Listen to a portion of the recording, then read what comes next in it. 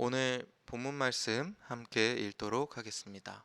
오늘 본문 말씀은 고린도전서 15장 1절에서 11절 말씀입니다. 고린도전서 15장 1절에서 11절 말씀입니다.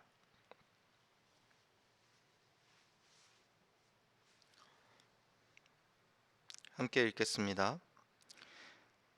형제들아, 내가 너희에게 전한 복음을 너희에게 알게 하노니 이는 너희가 받은 것이요 또 그 가운데 선 것이라. 너희가 만일 내가 전한 그 말을 굳게 지키고 헛되이 믿지 아니하였으면 그로 말미암아 구원을 받으리라. 내가 받은 것은 먼저 너희에게 전하였나니 이는 성경대로 그리스도께서 우리 죄를 위하여 죽으시고 장사 지낸 바 되셨다가 성경대로 사흘 만에 다시 살아나사 게바에게 보이시고 후에 12제자에게와 그 후에 500여 형제에게 일시에 보이셨나니 그 중에 지금까지는 대다수는 살아있고 어떤 사람은 잠들었으며 그 후에 야고보에게 보이셨으며 그 후에 모든 사도에게와 맨 나중에 만삭되지 못하여 난 자 같은 내게도 보이셨느니라. 나는 사도 중에 가장 작은 자라. 나는 하나님의 교회를 박해하였으므로 사도라 칭함받기를 감당하지 못할 자니라. 그러나 내가 나된 것은 하나님의 은혜로 된 것이니 내게 주신 그의 은혜가 헛되지 아니하여 내가 모든 사도보다 더 많이 수고하였으나 내가 한 것이 아니요 오직 나와 함께 하신 하나님의 은혜로라. 그러므로 나나 그들이나 이같이 전파하매 너희도 이같이 믿었느니라. 아멘.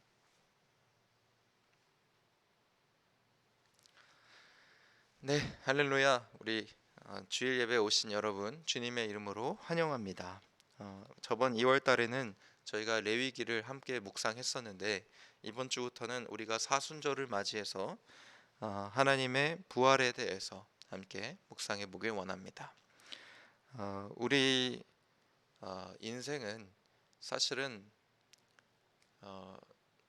모든 세상이 흘러가는 전체적인 풍조 같은 것이 있습니다. 예를 들어서 이성주의 같은 것입니다. 우리가 이성적으로 생각하고 판단하고 과학적이고 이성적인 생각들을 추구하고 살면 우리 세상은 전 세계인이 생각하는 이상향이 될 것이다. 그런데 철학적으로 그러한 풍조가 실패됐다고 평가하는 것이 바로 세계 2차 대전입니다. 우리가 발전시킨 과학의 기술과 발전시킨 모든 이성적인 판단이나 체계들이 사실은 결국에는 서로의 탐욕을 더 강화시키고 전쟁을 일으키는 모습으로 이끌어왔다는 것입니다. 그래서 그 이후에 변하게 된 것이 바로 다원주의입니다. 이성적인 생각을 옳다고만 하는 것이 아니라 상대방도 옳고 나도 옳다. 모두의 생각을 존중하고 모두의 감정과 감성을 존중해 주는 것이 중요하다 하는 것입니다. 그런데 여러분, 우리 세상은 우리가 어떤 풍조와 생각을 가지고 그것이 가장 이상적이고 우리 인간들이 다 함께 모여서 평화롭게 사는 것이 가능하다 하는 우리의 상상과는 다르게 흘러가는 것 같습니다. 지난 2년간의 전염병이 그러한 것 같아요. 솔직히 우리가 봤던 이 지난 2년간의 코로나 사건은 영화에서만 보던 일이었습니다. 모든 사람들이 영화에서 마치 좀비가 나오듯이 어떤 강력한 전염병이 전 세계에 퍼져나가서 모든 사람들이 마스크를 쓰게 된다. 마치 우리가 몇십 년 전에 사람들이 물을 사 먹고 전화기를 손에 들고 다니면서 사람들이랑 영상으로 통화를 한다 하는 것이 믿겨지지 않았던 것처럼 오늘날의 이 부정적인 현상도 믿겨지지 않을 정도로 굉장히 강력하고 또 영화에서만 보던 상상의 순간을 우리가 맞이하고 있습니다. 강력한 전염병으로 전 세계 사람들이 마스크를 쓰는 순간, 이런 순간은 사실은 굉장히 독특한 것이죠. 그런데 이런 순간에서 우리가 단편적으로는 뭐를 알 수 있냐면 우리 인간의 삶이 생각한 대로 제대로 흘러가지 않는다는 것입니다. 우리의 인간의 삶은 최대한 오래 살고 많이 살고 건강하게 살려고 의료를 발전시키고 어떠한 병에서도 인간이 쉽게 살아남을 수 있도록 많이 대비하였지만 그 대비함이 무색하게 새로 발생한 이 병은 우리 인류 전체를 위협하고 세상 전체를 지배하는, 그리고 그 인생의 그 삶의 행동 범주를 바꿔버릴 정도로 강력하게 우리에게 영향을 끼치잖아요. 우리 인생에는 사실은 어쩌면 우리가 생각하는 것 이상으로 어둠이 다가오고 있는지도 모르겠습니다. 영화 같은 순간이니까 영화 같은 표현을 써보겠습니다. 예수님이 말한 것처럼 우리 인생에는 어쩌면은 종말이 다가오고 있고, 또 그렇게 우리가 밝은 빛 그리고 생명의 길로 나아가려고 하지만 인간의 힘으로는 사실은 거기까지 도달하지 못하는 것일 수 있습니다. 사실은 이 시대, 이 시대는 신이 필요 없는 시대라고 판단되는 시대입니다. 호모 데우스라는 책을 제 기억으로는 유발 하랄이라는 사람이 쓴 것 같아요. 그 사람이 그 용어를 쓴 이유는 뭐냐면, 과거의 인간들이 신을 믿었던 이유는 인간이 어찌할 수 없는 대자연의 공격을 받았기 때문이라고 썼어요.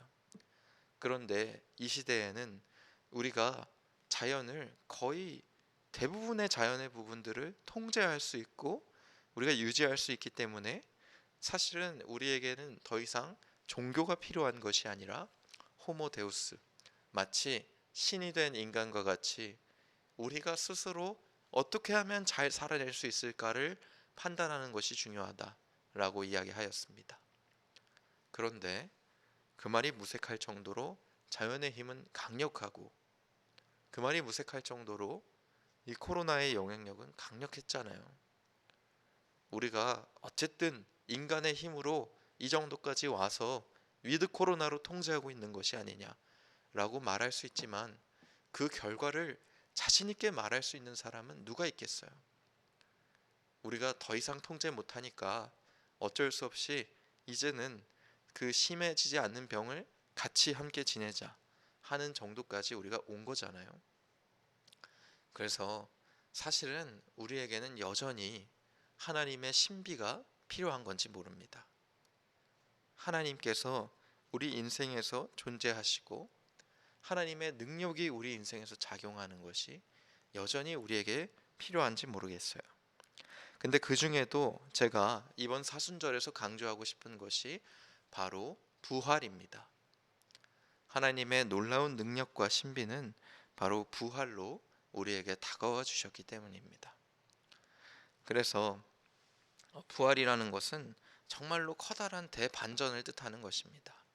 모든 죽음과 사망을 이겨내는 그런 생명의 시작이 바로 부활인데, 이러한 부활을 우리가 함께 묵상하면서 사순절 기간 동안을 보내기를 원합니다. 사실은 우리가 복음이라고 한다면 굉장히 많이 들어봤지만 십자가의 사건을 부활보다 더 많이 강조하거든요.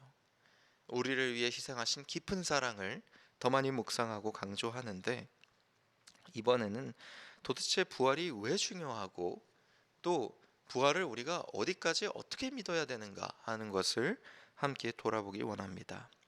오늘 우리가 함께 읽은 고린도전서 15장은 바울이 예수님의 부활에 대해서 간증하고 적은 내용입니다. 자신이 보고 경험한 부활에 대해서 오늘 이야기하고 있는데, 이 이야기 속에서 우리가 세 가지 어떤 부활의 특징을 볼 수 있겠습니다. 첫 번째로는 부활은 역사적인 사건이라는 거예요. 우리 기독교가 다른 종교랑은 다르다라고 이야기하는 것 중에 하나가, 그분이 하신 일을 실제 일어난 일이라고 믿어야 된다고 맨 처음부터 이야기하는 것입니다.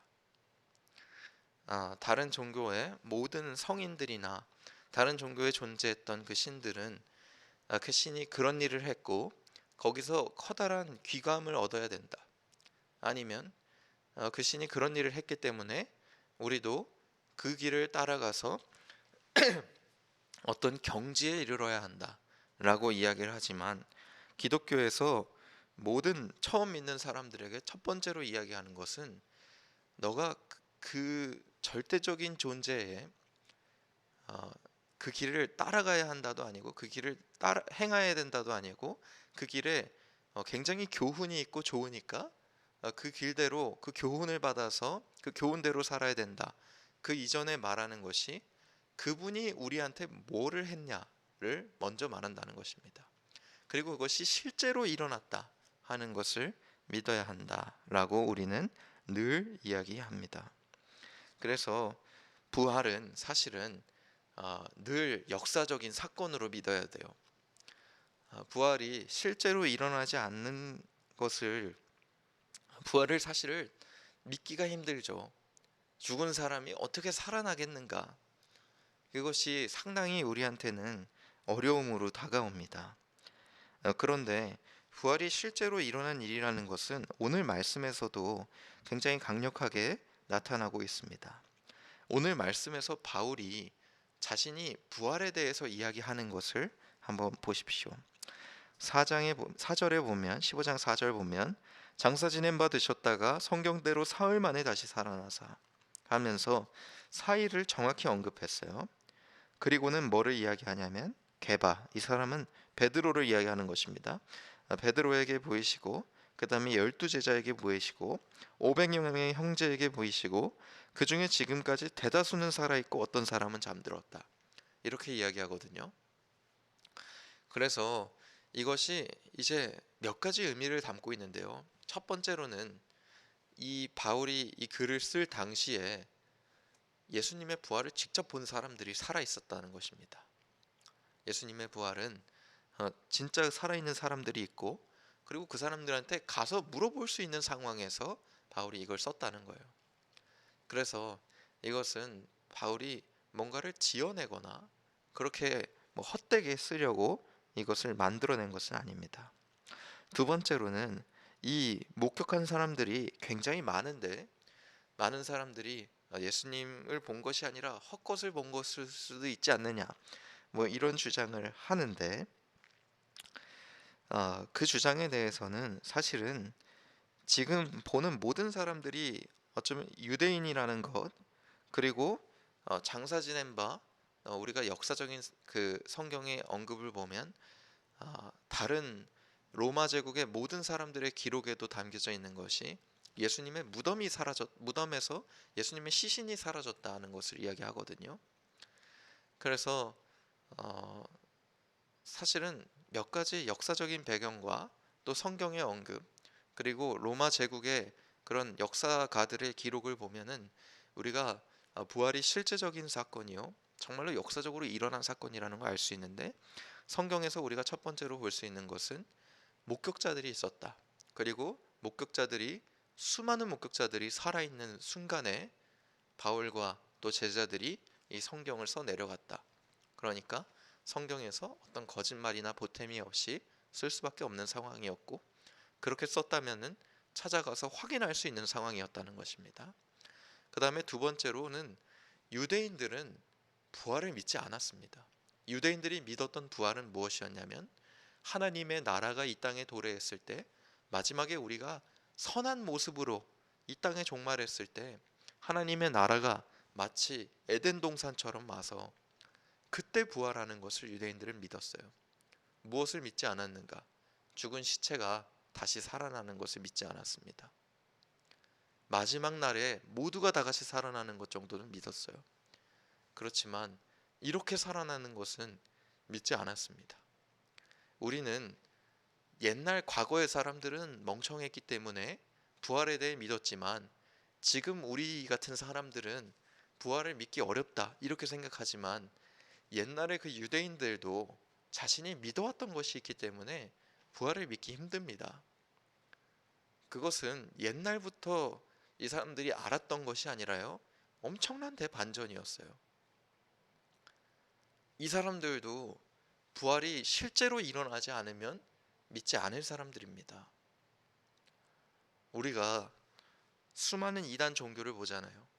어떤 이단 종교에서는 그 교주가 몇 번이고 자기가 죽었다가 부활했다고 거짓말하는 사람이 있어요. 그런데 진짜 죽었을 때 어떻게 됩니까? 그 이단 종교가 해산되거나 다른 사람을 신격화시키면서 그것을 유지해내려고 하잖아요. 그런데 다른 사람을 신격화내지도 않고, 그리고는 그 예수님이 죽고 나서 그 예수님을 믿는 사람들까지도 다 잡아들이는 그런 분위기에서 더 많은 사람들이 예수님을 믿고 예수님이 부활하심을 목격하고, 그것을 유대인들이 죽은 사람이 다시 살아났다고 믿는 것, 그것은 사실은 우리가 부활을 믿는 것과 같은 원리입니다. 처음에 정말로 아는 게 없고 부활에 대해 믿지도 않고 생각하지도 않는 사람들이 부활을 실제로 목격했기 때문에 믿은 것이거든요. 그래서 유대인들의 그 문화적이고 역사적인 배경에 따르면은 이 사람들이 믿을 만한 것, 당연히 이 사람들이 헛것으로 기대하고 있는 것을 헛것으로 본 것이 아니라 실제로 목격했다는 것을 알려주고 있습니다.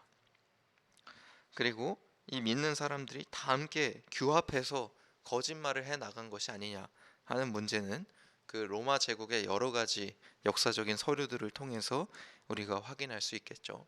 무덤의 시신이 사라졌다는 것입니다. 그래서 우리가 한쪽만 보면 다른 주장을 할 수 있어요. 무덤의 시신이 사라졌다, 제자들이 훔친 거 아니냐, 그리고 제자들은 헛것을 본 거 아니냐, 로마 제국 사람들도 봤다. 이런 것들이 모든 것을 규합해 보면 서로의 의견들을 반박해 주면서 부활이라는 것이 실제로 일어났다는 것을 말해 줍니다. 제가 왜 이렇게 부활이 실제로 일어났다 하는 것을 강조하고, 또 오늘 말씀에서 바울도 봐라, 부활은 실제로 일어났고 본 사람도 있고 아직 살아있다 라고 이야기를 하는가. 오늘 말씀에서 보니까 우리가 15장 17절을 한번 보시면은, 그리스도께서 다시 살아나신 일이 없으면 너희의 믿음도 헛되고 너희가 여전히 죄 가운데 있을 것이요, 이렇게 이야기하죠. 그리스도의 살아나심은 다른 어떤 기적보다도 더욱더 강력한 것입니다. 다원주의가 유행하기 전에 이성주의가 강조되면서 기독교에는 자유주의라는 풍조가 시작됩니다. 19세기 초에 시작이 됐는데 초자연적인 요소가 기독교에 있을수록 사람들은 기독교를 믿지 않는다 하는 생각을 사람들이 하게 되었어요. 바다가 갈라지는 것, 예수님이 다시 살아나는 것, 그리고 예수님이 물을 포도주로 바꾸는 것들이 오히려 기독교를 믿게 하는데 더 어렵게 만든다. 청년들은 그런 기독교를 믿지 않을 것이다. 그래서 미신이나 그런 기적적인 요소들을 종교에서 모두 없애버리고 성경 안에서 그저 예수님께서는 굉장히 선하시고 착하신 분이고 굉장히 좋은 도덕 선생님이시기 때문에 그분의 가르침을 배우고 따르는 것에 대해서만 강조하는 풍조였습니다. 그런 자유주의가 유행했어요. 그래서 더 이상은 부활도 실제적인 사건으로 믿을 수 없다라고 믿었습니다. 부활을 실제적인 사건으로 믿는 것이 아니라, 어쨌든 부활을 우리가 실제적인 사건으로 믿지 아니하더라도 그 봄, 여름, 가을, 겨울, 그리고 지나고 봄이 다시 오듯이 어쨌든 이 사건 안에서 그 역경 속에서도 새 출발을 하고, 죽음과 같은 어두운 순간에서도 다시 새 출발을 하는 예수님의 그 모습을 우리가 충분히 받아들이고 배울 수 있지 않느냐 하는 주장을 했었습니다. 근데 그러고 나서는 정말로 수십 년이 지나서 그런 교육과 가르침을 하는 수많은 교단들, 그리고 그게 더 정답 같다고 여겼던 모든 사람들은 기독교를 떠나게 되었습니다. 왜냐하면 그 안에서 정말로 그 전율을 일으키는 하나님의 능력을 경험하지 못했고, 그리고 그들이 살면서 느끼는 하나님의 능력을 해석하지 못했고, 그리고 주님의 사랑도 느끼지 못했기 때문입니다. 그래서 사실은 여러분, 예수님의 부활이 없으면 우리에게는 이 기독교가 아무런 의미가 없는 것입니다. 제가 아까 기독교는 다른 종교랑 뭐가 다르다고 말했습니까? 우리가 신을 사랑하기 때문에 신을 따르고 그 가르침을 배워야 한다. 신이 이렇게 행했기 때문에 우리도 똑같이 그렇게 수행을 해서 그 경지에 이르러야만 한다라고 기독교는 이야기하지 않고 첫 번째로 이야기하는 것이 무엇이랬죠? 신께서 실제로 무엇을 행하셨고 우리를 향해서 어떤 마음을 가지고 있으신가 하는 것을 설명하기 원하시는 것입니다. 우리 기독교는 일방적인 사랑에서 시작한 종교입니다. 하나님의 일방적이고 먼저 되는 사랑, 그리고 주님의 온전한 능력과 은혜가 있는 종교입니다. 은혜라는 것은 무엇입니까? 아무런 가치와 값 없이 주는 것을 말하는 것입니다. 기독교에서 모든 위대한 일들, 부활이나 다른 기적적인 요소들, 하나님이 우리를 향해서 어떻게까지 그렇게 놀라운 일을 행해 주셨는지를 모두 지워버리고, 주님은 좋은 도덕 선생님이시고 주님은 이 세상을 박애주의, 사람들을 그냥 사랑하는 착한 사람이다, 그리고 우리가 그 선함을 배워야 한다 라고 이야기한다면, 우리는 그냥 노력하고 그 신앙을 따르기 위해서, 그 경지에 이르기 위해서 노력하고 노동하고 그거에 지치고 피곤해하는 사람이 되어가는 것입니다. 기독교는 그거를 말하려고 있는 종교는 아니에요. 기독교인이라서 너 왜 안 착하냐 라고 물어보신다면 그것이 애초에 틀린 말이기 때문입니다. 기독교인들에게 사람들이 물어봐야 하는 것은, 기독교인인데 왜 그렇게 사랑받지 못하는 것처럼 느끼냐 하는 것입니다. 기독교인인데 왜 그렇게 사랑받지 못하는 사람처럼 불안해하고 걱정하고 그렇게 사느냐 하는 것이에요. 그것에는 우리가 고칠 점이 있겠습니다. 왜 그러냐면 기독교는 애초에 우리에게 사랑을 주는 종교, 우리가 사랑을 받는 종교, 그리고 은혜를 누리는 종교이기 때문이에요. 그것의 시작이 부활의 역사적인 사건에서부터 시작하는 것입니다. 부활은 실제로 일어났고 죽음을 이겨내는 하나님의 놀라운 능력이 우리를 향해 있다는 것을 우리가 기억해야 합니다. 그래서 부활은 역사적인 사건입니다. 그리고 아까 제가 유대인들에 대해서 말씀을 했듯이, 부활은 그냥 덥석 믿는 사람들이 무턱대고 믿는 것이 아니라 합리적인 사건입니다. 목격자도 있었고 또 부활에 대해서 이 사람들이 설명도 하고 있고, 그 다음에 유대인들이라고 그냥 아무나 부활을 믿는 것이 아니라 안 믿는 상태에서 부활을 믿게 되었다는 것이 있고요. 그 다음에 부활은 무엇보다도 조금 안 믿어지게 간증이 되었어요. 제가 여러분들한테 예를 들어서 아무것도 없는 일을 여러분들한테 믿게 하려고 설명한다 라고 생각해 보세요. 제가 만약에 어떤 이단의 종교의 주교라 가지고 여러분들한테 봐라, 우리 아버지가 죽었다가 다시 부활하셨다, 이렇게 간증을 한다면은 얼마나 믿을 만하게 적겠어요. 목격자는 없었고 나만 있었는데, 아니면 내 측근들만 있었는데 그 사람들이 봤는데 부활했다, 그리고 뭐 다른 믿을 만한 부분들을 썼겠죠. 예를 들어서 500명이 봤다고는 절대로 이야기 안 할 것입니다. 수많은 사람들이 봤다고도 이야기 안 할 거예요. 왜냐하면 들키지 않습니까? 그리고 이거를 빈 무덤 이런 것도 사실은 다 없애버릴 거예요. 제가 아무리 그 시신을 숨겼어도 나중에 그것을 다 밝혀낼 수 있을 거잖아요. 누가 숨긴 사람이 폭로할 수도 있고 그럴 수도 있기 때문에 공공연연한 사실로는 안 만들 것입니다. 그냥 믿는 사람들한테만 살짝 알려주는 사실로, 그래가지고 다 같이 모이게 하는 용도로 그렇게 쓸 것입니다.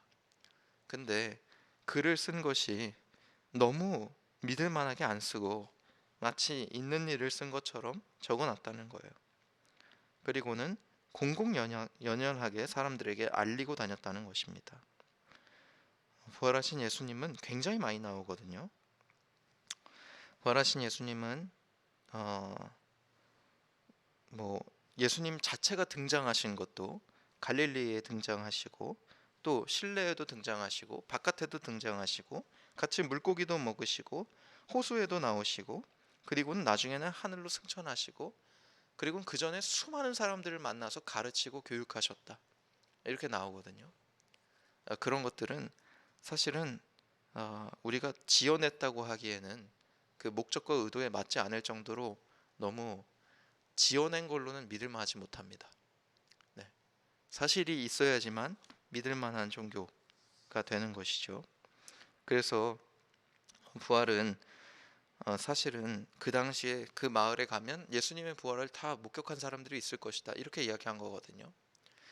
그런 모습들은 사실은 부활은 합리적인 사건이라는 것을 우리에게 이야기해 주는 것입니다. 그래서 많은 증인들 그리고 그 다음에 또 뭐가 있냐면은 예수님께서는 뭐 합리적인 신앙만 이야기한다면은 다시 부활했다면 사실은 엄청나야 되죠. 빛이 나야 되고 또 굉장한 능력을 펼쳐야 되잖아요. 그런데 예수님이 부활하신 모습은 어땠습니까? 첫 번째로는 구멍이 있었죠. 시신 그 자체의 모습을 어느 정도 가지고 있었습니다. 도마에게 자기가 창에 찔린 구멍에 손을 대보라고 하잖아요. 시신같이 그런 모습들이 연결되어 있었고 그 다음에 뒤에서 막 빛이나 광채가 난 것도 아니고 세상 사람들 앞에 갑자기 떠오른 것도 아니었어요. 그것도 우리가 이것이 사실이라는 것을 증명해 주는 어떤 주된 역할을 합니다. 제가 부활에 대해서 여러분들 속이기 위해 썼다면은 그리고 그것으로 제가 만든 종교를 여러분들이 믿게 만들려고 했다면은 부활하신 그분이 굉장히 강력했어야 됐죠. 근데 애초에 그러지 아니하고 제자들이랑 밥 먹으러 가셨거든요. 어부를 하고 있는 제자들한테 가가지고 물고기 많이 잡혔느냐? 이거는 제가 볼 때 이렇게 물어본 건 약간 농담 같아요. 제자들이 다시 물고기를 잡고 있으니까 제자들을 처음 불렀던 그 순간으로 돌아가가지고 같은 질문을 하신 거거든요.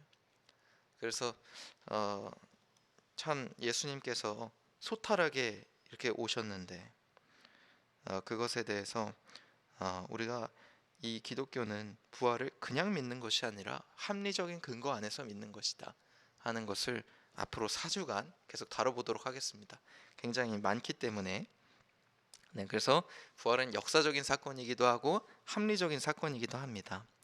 그리고 마지막으로 부활은 믿어야 되는 사건입니다. 모든 역사적인 사건은 사실은 믿음이 필요해요. 증거가 있고 기록이 있어도 우리가 어느 정도는 믿음의 순간을 가져야 됩니다. 이순신이 12척의 배로 많은 일본군의 배를 소탕한 것, 그것을 우리가 기록으로도 남기고 있고 우리가 수많은 기록과 역사적인 사실로 받아들이고 있지만 그것을 물이 100도에서 끓는다 하는 명제와 같이 생각하는 건 아닙니다. 100년 전에 물이 100도에서 끓는다 하는 것을 발견했다고 생각을 해보세요. 그러면 우리가 지금 당장 다시 시도해 볼 수 있습니다. 그래, 물을 끓여보자. 100도에서 끓으면 물이 100도에서 끓는 것을 우리가 확인할 수 있겠죠. 하지만 그런 실험실에서 무언가를 실험하듯이 역사적인 사건을 받아들일 수는 없습니다. 모든 역사적인 사건은 우리가 믿기에 충분한 역사적인 증거와 그리고 합리적인 근거를 통하여서 그 사건이 실제로 있었다 하는 것을 우리 인생에서 받아들이고 믿게 되는 것입니다. 예수님의 부활도 마찬가지입니다. 역사적인 사건과 합리적인 이유들은 제가 여러분들에게 설명해 준 것 말고도 다른 교수님이나 박사님을 불러드린다면은 그리고 제가 더 연구를 해온다면은 더 많은 내용들을 2시간, 3시간 넘게 설명해 드릴 수 있을 거예요. 그러면 여러분들 마음속에 부활은 진짜로 합리적이고 역사적인 사건이구나 하는 생각이 들 것입니다. 그런데 그것이 중요한 것이 아니라 부활을 우리가 믿는 것이 중요한 것입니다. 많은 역사적인 사건, 합리적인 이유 그것을 다 벗어나서 부활은 무엇보다도 그 이후에 믿음으로 우리가 완성을 시켜야 돼요. 믿음이 없으면 오늘 바울이 이야기한 것처럼 이런 삶을 살아내지 못합니다. 부활은 단순히 실제적인 사건이라서 중요한 것이 아니라 부활을 통해서 예수님께서 우리 인생에 행한 일이 중요한 것이기 때문이에요. 바울이 오늘 인생에서 보니까 그 후에 야고보에게 보이셨으며 그 후에 모든 사도에게와 하면서 7절에 수많은 사람들한테 보이셨다고 이야기하죠. 그 다음에 맨 나중에 만삭되지 못하여 난 자 같은 내게도 보이셨느니라. 자기 스스로를 저주된 사람으로 이야기하면서 나한테도 예수님께서 부활하신 그분의 모습을 보이셨다. 그래서 사도 중에 가장 작은 자라서 하나님의 교회를 박해하였으므로 내가 예수님의 사도라고 부르지도 못할 그런 수준인데 나를 이렇게 만든 것은 하나님의 은혜로 된 것이다. 그래서 하나님의 은혜를 자신이 목격하고 예수님의 부활하신 모습을 목격한 순간 하나님의 은혜로 자신이 어떤 존재가 되었음을 깨닫는 것이거든요. 바울은 합리적이고 역사적인 사건을 이 고린도 교회 사람들에게 설득하려고 이 성경을 쓴 것은 아닙니다. 바울이 이 사람들에게 보여주길 원하는 것은 이것에 본 사람들도 있고 역사적인 사건이고 합리적인 근거가 있는 사건이라는 것만 말하려고 한 것이 아니라요, 부활하신 예수님을 자신이 만나고 나서 어떤 변화가 있었는지를 말하고 싶은 것입니다. 바울은 제가 말했던 정말 고등 유대인이에요. 그리고 바울은 하나님의 뜻에 따라서 예수님을 믿는 사람들을 죽이던 사람이었습니다. 그리고 그게 맞다고 생각한 사람이었어요. 우리 인생에서 사실은 바울이 믿기 전의 모습과 겹치는 모습들이 많다고 생각을 해요.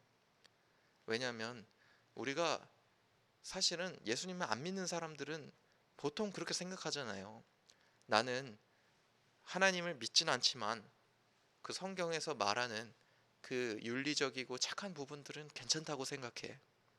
그리고 내가 행하는 일이 어느 정도는 맞아. 그 종교가 보기에도 내가 행하는 일이 어느 정도는 맞고 그렇게 사는 게 나한테 의미가 있다. 이렇게 여길 것입니다. 바울도 그렇게 살아왔던 사람이에요. 이것이 과연 내가 생각하는 신의 뜻과 맞다. 그러면서 자기가 생각하기에 맞지 않는 것은 미워하고 맞는 것은 그렇게 충실히 따르던 사람이었습니다. 그런데 그 앞에 예수님이 나타났을 때 자기는 지금까지는 잘 살아왔고 아주 뭐 종교에서 법 없이도 살아올 사람이었으니까 괜찮게 살아왔다고 생각했는데 예수님을 맞이했을 때 자신에게도 용서와 자비, 하나님의 은혜가 필요하다는 것을 깨달았습니다. 그리고는 지위상으로는 사도들보다도 더욱더 귀족이고 사도들보다도 더욱더 많이 배우고 사도들보다도 아마도 성경 말씀도 더 많이 외웠을 거예요. 그런데 오늘 바울이 고백하기를 나는 사도라고 불리기도 그렇게 감당하지도 못하는 정말 작고 정말 사람들을 핍박하고 죽이는 나쁜 사람이었는데 그런데 내가 하나님의 은혜를 통하여서 여기까지 왔고 하나님의 은혜 때문에 더 많이 사랑하고 그렇게 살았다라고 이야기하는 것입니다. 바울은 예수님이 거짓 스승이기를 바랬어요. 하나님의 뜻을 알았지만 자기보다 훨씬 지위도 낮고 묵수로 살았고 진짜 그냥 백수 같은 그렇게 살았던 그 예수님은 가짜 스승이요, 앞으로 다시 오실 메시아를 기다리기 위해서 그것을 믿는 사람들은 모두 죽이려고 했던 사람입니다. 광채나는 메시아, 이 땅에 이 하나님을 거역하는 모든 사람들을 벌주고 모든 사람들을 공격하고 심판하기 위해 오시는 강력한 메시아. 그래서 바울처럼 하나님을 따르는 사람들만 살아남는 그런 메시아를 원했어요. 그런데 바울이 만난 메시아는 자기 자신을 용서할 뿐만 아니라 모든 사람들을 죽음에서 구원해내시고 그것을 이겨내셔서 부활해내신 예수님을 바울이 만나게 되었습니다. 우리 인생에서 부활이 믿음이 되어야 하는 것은 더 이상 우리가 예수님 앞에 그분의 가르침을 따라서 도덕적으로 살아야 되는 것도 아니고 더 이상 우리가 나름대로 잘 살아왔기 때문에 구원받는 것도 아니고 예수님의 그 죽음과 그 부활하심을 통해서 우리가 선물 같은 주님의 사랑을 누려야 하기 때문입니다. 바울은 자신이 하나님을 잘 믿는다고 생각했고 악했지만 예수님을 만난 후에는 자신은 아직은 하나님을 다 알기에는 부족하고 정말로 약한 사람이요, 그렇게 불리기에도 충분하지 않은 사람인데 그저 하나님의 능력 때문에 사랑하고 살아간다라고 이야기했습니다. 우리 인생에서 부활을 중요하게 생각하지 않는 삶을 생각해 보세요. 나는 하나님을 잘 아는 기독교인인데 뭐 부활 그거 내가 잘 알지, 이렇게 사는 사람은 어떻게 살아갑니까? 나는 신앙이 좋고 나는 여기까지 내 노력으로 잘 살아왔다 라고 생각한다면 우리가 하나님 앞에서 부활을 더욱더 깊이 묵상할 때인 것입니다. 우리가 부활을 깊이 묵상할 때 내가 정말로 이렇게 자격이 없었는데 하나님께서 나를 깊이 사랑해 주셨구나. 그리고 그 능력 안에서 내가 정말로 남들에게 사랑을 전하고 살아야겠구나. 그리고 그런 능력까지도 부활에서부터 나오는구나 하는 것을 깨달을 수 있겠습니다. 그래서 여러분들 하나님 앞에 부활을 깊이 누리시는 여러분 되시기를 주님의 이름으로 축원합니다. 우리 다 함께 합심하여 기도하도록 하겠습니다. 우리 다 함께 찬양 먼저 하도록 하겠습니다. 네.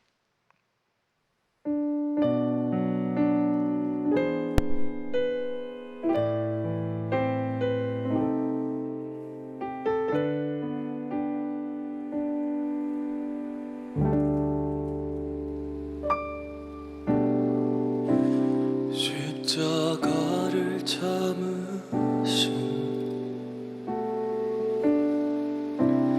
어린 양 예수, 내 죄 씻어 주시고 구속하셨네.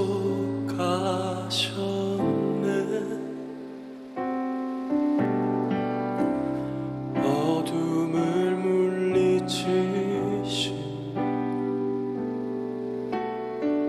세상의 빛 예수, 영광의 빛 비추사 자유케 하시네.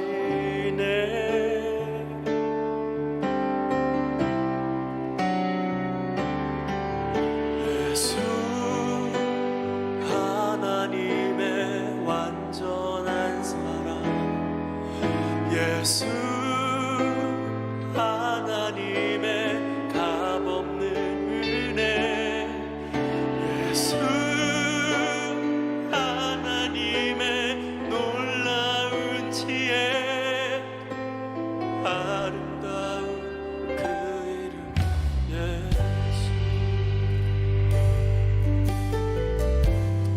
십자가를 참으신 우리 다 함께 합심하여 기도하겠습니다. 사순절 기간을 통하여서 우리가 부활의 능력을 깊이 묵상하기 원합니다.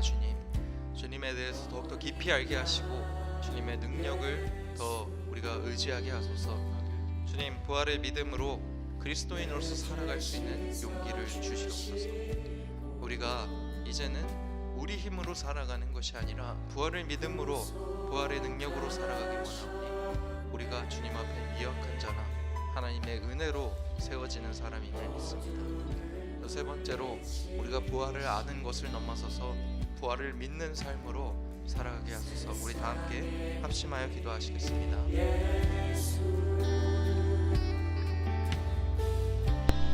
영광의 빛 비추사 자유케 하시네.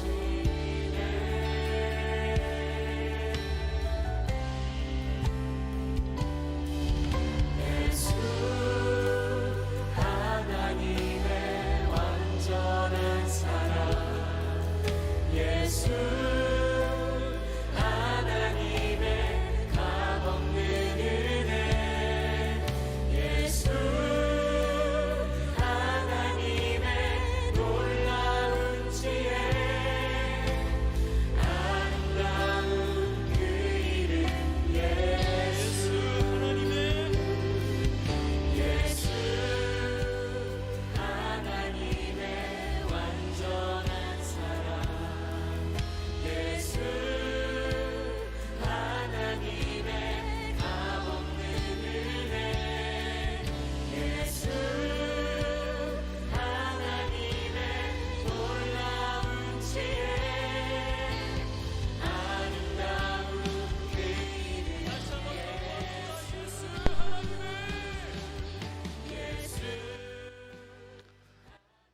사랑이 많으신 하나님 아버지, 주님 이 땅에 오셔서 우리와 함께 계셔 주시고 또 우리와 같이 고통도 받으시고 우리를 위해서 눈물을 흘려 주시고 기뻐해 주신 예수님, 주님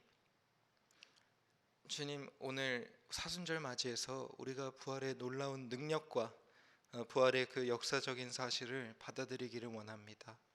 그것은 실제로 일어났을 뿐만이 아니라 우리를 향해 있었고 우리를 향한 주님의 놀라운 능력이었습니다. 하나님, 우리 인생이 부활을 통하여서 우리의 존재가 바뀌게 하시고 또 주님, 부활을 통하여서 우리가 하나님의 놀라운 능력과 은혜로 살아가게 하여 주시옵소서. 이제는 우리 구주 예수 그리스도의 은혜와 하나님의 사랑과 성령님의 교제 교통하심이 이제 부활의 능력을 통하여서 하나님 안에서 주님의 은혜로 살아가기 원하는 우리 예본교회 성도들 머리 위에 이제로부터 함께 있을지어다. 아멘.